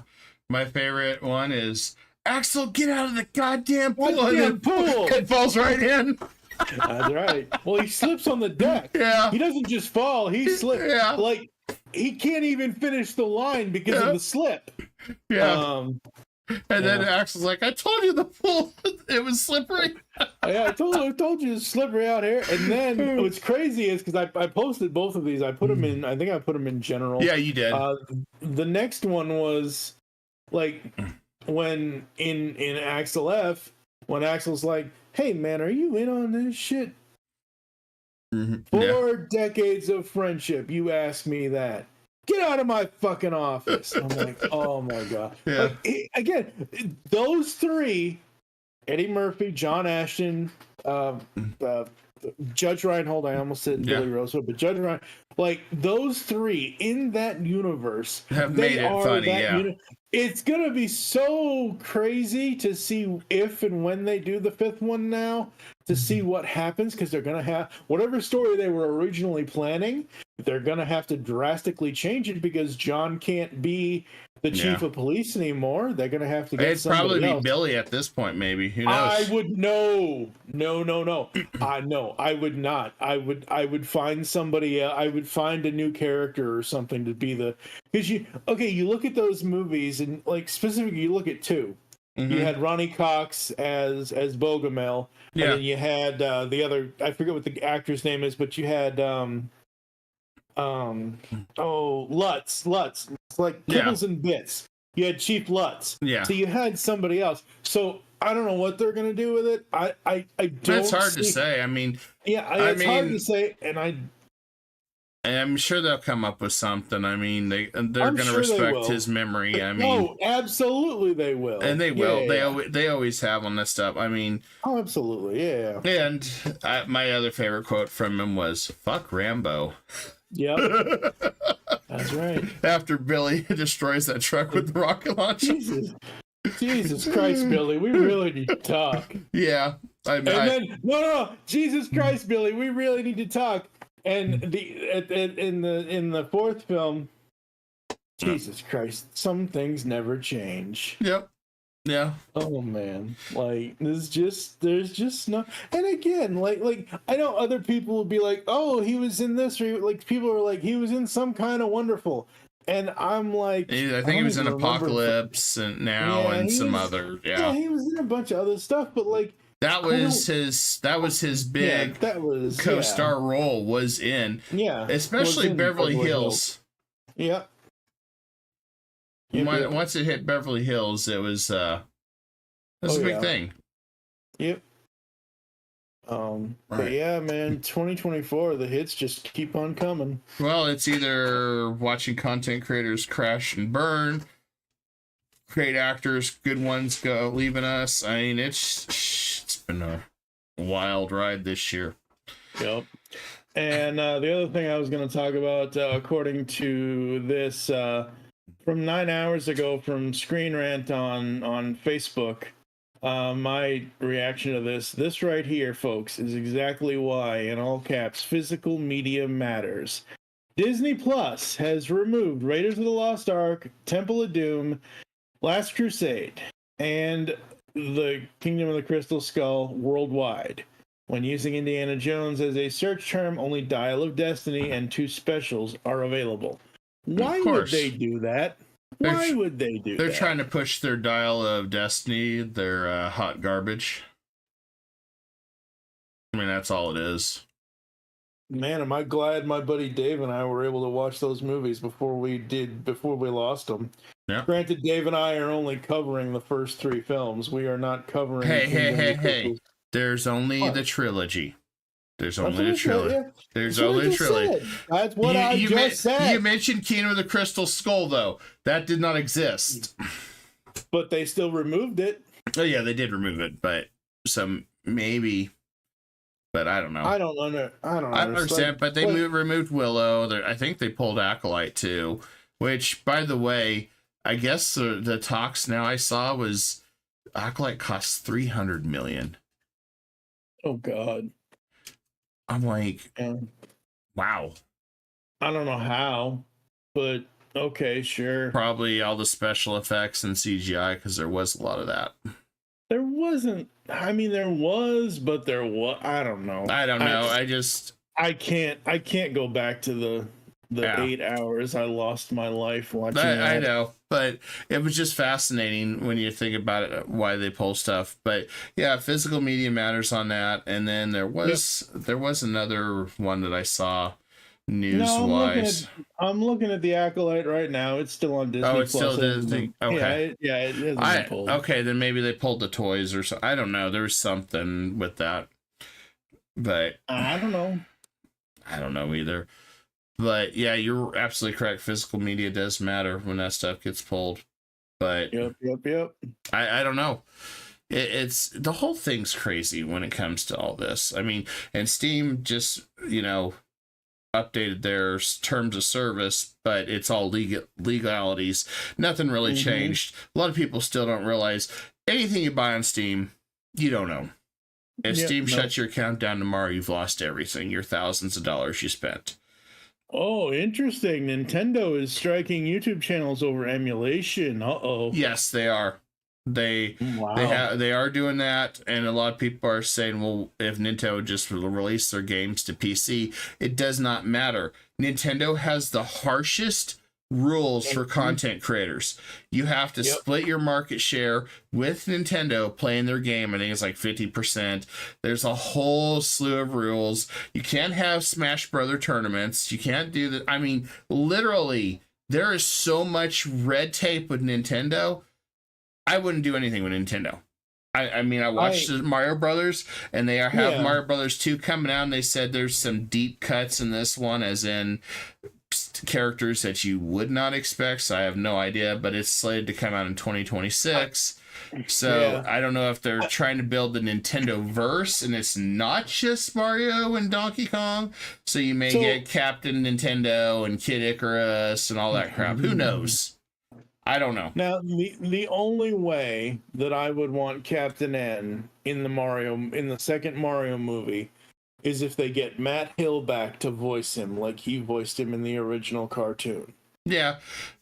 So I don't know what they're doing with this, because I'm like, is that mean it's going to be Bowser's kids in this next one, or because we know Yoshi's in it? So I don't know. I mean, that would be cool. I wouldn't mind that. But I'm like, are they trying to bring in Kid Icarus and all those? Are they going to do a Zelda crossover? I'm like, I want it to stay in its own universe, personally. Yeah, no, I know, absolutely. Like, I don't mind if like the teaser at the end of the second Mario movie is like the Master Sword in the depths of the Lost Woods kind of thing, to tease a Zelda movie. But Mario 2 could be Bowser, it could be Wario, it could be what is the second game's, what is it called? Wart?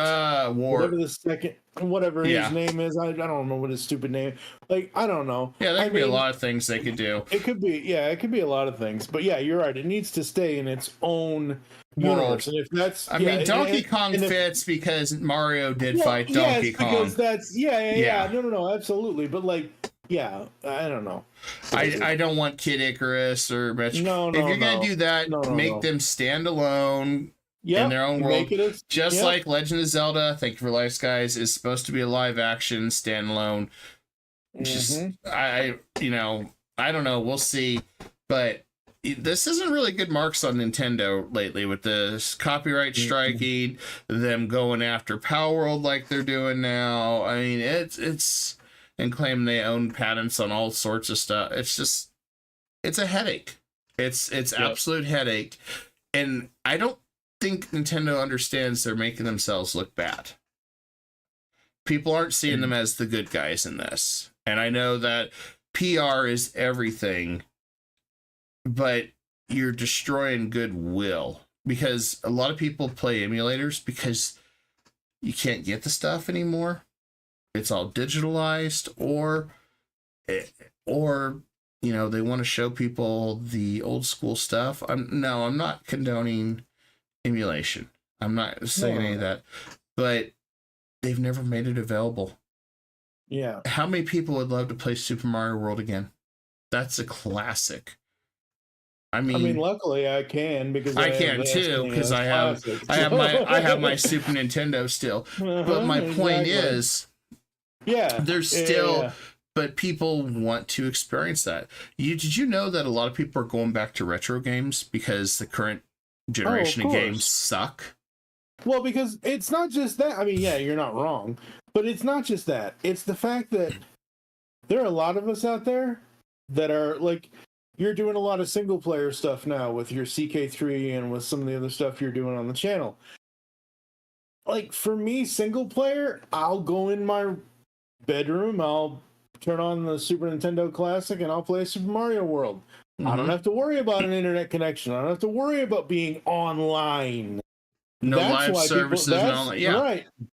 That's why people are going back to retro games, because not only are they better games than what is currently out there now, you don't have to worry, again, like I said earlier in the show, if the internet goes, and yes, I know technically it can't, and the power, blah, blah, blah, because the computers control the power, blah, blah, blah. But my point is that if something happens to the internet and we as humans are disconnected from the internet and we still have Think of power, how people went psychotic when Fortnite went down for like an hour or some crap a few years ago.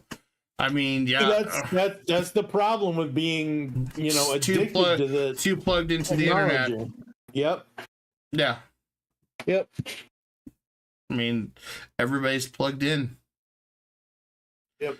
And that's why physical media is still good, but also can't take it away from you. Yep. Nope. So, I mean, that's... Yeah. I think that's everything that I had covered tonight, because we did talk quite a bit about stuff, you know, 2-hour show. Yep. So we did go through a lot, and thank you guys for the likes and tuning in with us. Thanks for hanging out, everybody. Stone and Rand. I know this was a little bit later show than I normally planned, but you know, work took too long. Happens. And life, yeah, that's just part of life. But so this is the interesting thing, okay? I have only ever seen clips of Pulp Fiction. I have never actively seen the movie all the way through.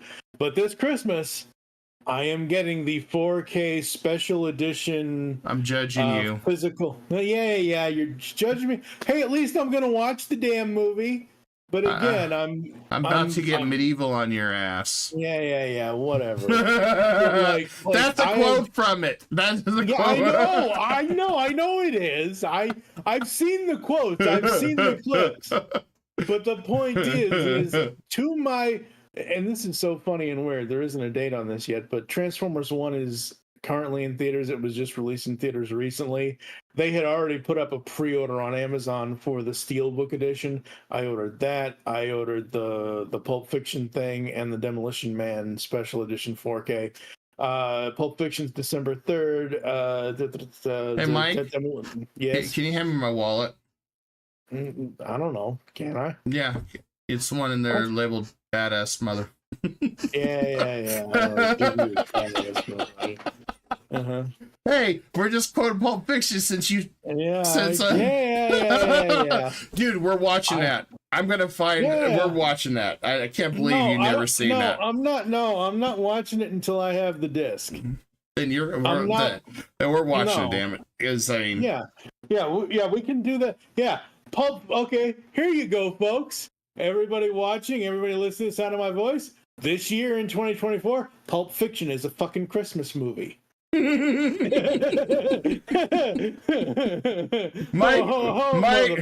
Mike has capitulated. I said Pulp Fiction. I didn't say the other one. No, I said you gave up. You capitulated. It's not a Christmas movie. No, I said nothing about I said Pulp Fiction. I didn't say anything about. I didn't say Die Hard either. I didn't say that magic word. But you just did. No, I did, yeah. But also I heard Transformers 1 didn't do well. Okay, so here's the thing with Transformers 1 not doing well. This is what I think. Number one, Did you watch it? Not yet. I have not. I want to watch it and give it a hard. Well, yeah. No. I'm not judging the movie. I'm not saying any.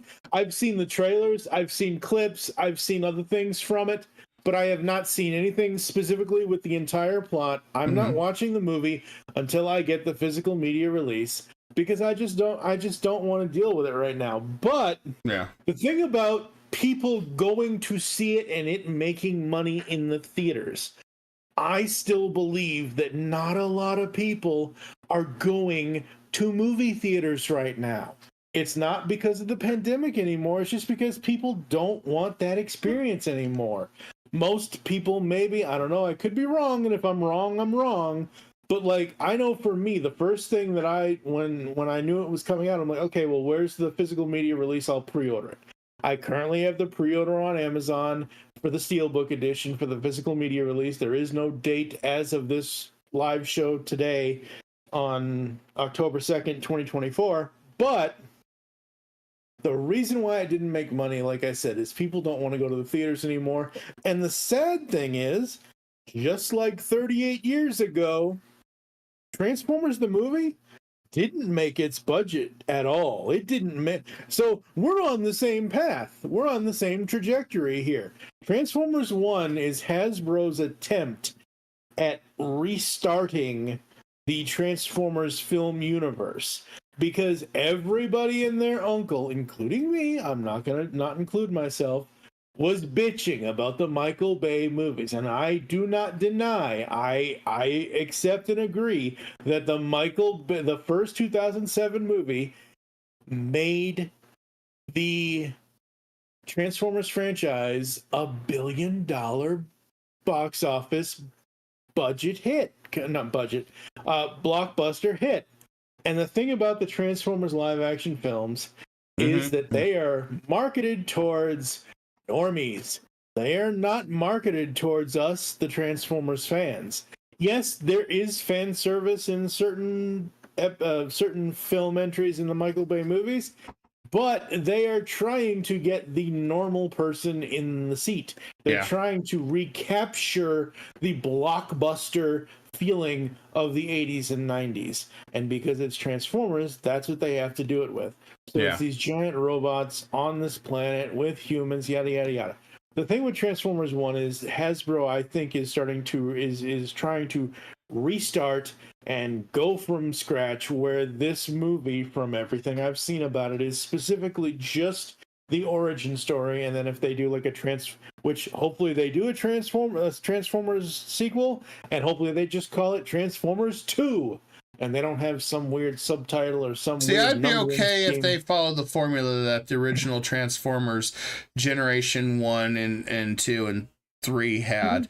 If they did that original formula and went with that, the original style and all that stuff. No, they're not. No, they're not. They're never going to go back to the 84 style. I feel like they would do well. But they would. You're right. They would. But again, that 86 movie, like, here, let me look at the thing from what I remember off the top of my head, since I'm on 86 or anyway. 89? 86. Yeah, 86. I know what I'm doing. Yeah. I know what I'm doing. I couldn't remember. I didn't remember how old I was when I saw that movie. Like, you were 6. Yeah. Or just you probably 6. just turned 6 at the time. So the thing about Transformers the movie is that it was okay. So budget was $5 to $6 million. The box office in North America only was 2.6 to 5.8 million. So if it hit that 5.8 million, it barely made its budget back. If the budget was just 6 million straight, it didn't even make its money back. So 40 something years later, and Transformers 1 having a budget of 75 million and only making a quarter of that and not even making it's on track with what the original movie did. But here's the thing. Hasbro, like I was trying to say earlier, Hasbro is trying to start this whole new thing with Transformers 1. And again, hopefully the sequel is just Transformers 2, 3, 4, 5, whatever. And I would love to see the old G1 style. I don't think it's ever going to happen because we live in a world where everything is CGI, everything is the CGI animated style. And I don't mind the style of Transformers 1. I like it. I think it looks cool. I think it looks fun, whatever. But I don't think you're ever going to see that classic 80s animated style again. Like, would I like to see it? Yes, I agree with that. But I don't think we ever are. Oh, yeah. All right. So I think we covered everything because, it's hitting a fork in the steak. We're done. Yep. Yeah. We don't want to overcook it. Yeah, because I think we're overcooked. No. Yeah, well, it's because we started late. I think everybody overcooked and they're sleepy. I mean, but they'll catch the after show when they wake up. Yep. So anyway, oh God. DGen and Greenstream now at 2 a.m. Eastern. It's the After Dark Dragon's Lair. If we did that, I couldn't do it on YouTube with Orc. There's no freaking way. There's no way. I don't even think I could do it on Twitch. Maybe I could get with it on Rumble, but Rumble, yeah. That's the only place. God. That would be holy shit. No. Oh, no. I know. The only reason why I even said it was because I don't know why, but lately I've been thinking about. So I was in the hospital in 1994. I had in my right arm, the arm that has the cerebral palsy, I had what they call the pronator in your arm. I had that moved around, or they did something with it, so I had surgery on my arm. So I was in the hospital for about a week or so in the summer of 1994. Well, summer of 94, what's on TV? It's USA and everything USA is doing, from Cartoon Express to everything else. And what did USA used to do in the after hours instead of going off air? There used to be USA Up All Night. I remember that. And so Gilbert Godfrey was on that. Yep, I remember that. Yep. And that's the only reason why I mentioned After Dark and 2 a.m. and all that. Because I don't know why. Orc would be our Gilbert Godfrey. I'm just saying. Oh, of course he would. Of course he would. He would. Yeah. He would. Yeah. All right, gang. We are out of here. See you tomorrow night. As I'll be doing the stream. I think Project Zombo. I haven't confirmed that yet. So, with that, I will see you all then.